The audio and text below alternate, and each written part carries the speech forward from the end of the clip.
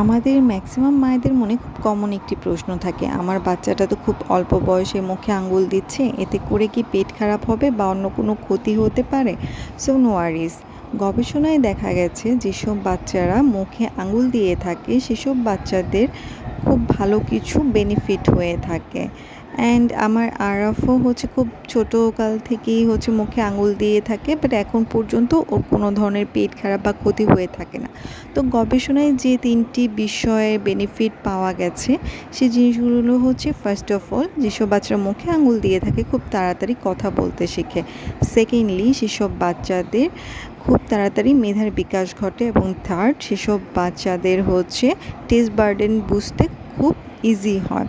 So আপনার বাচ্চাটা যদি মুখে আঙুল দিয়ে থাকে, আপনি এটা নিয়ে খুব বেশি চিন্তিত হবেন না। সো এই তো, আমার ভিডিওটি যদি আপনার কাছে একটু উপকৃত মনে হয়ে থাকে, সো আমার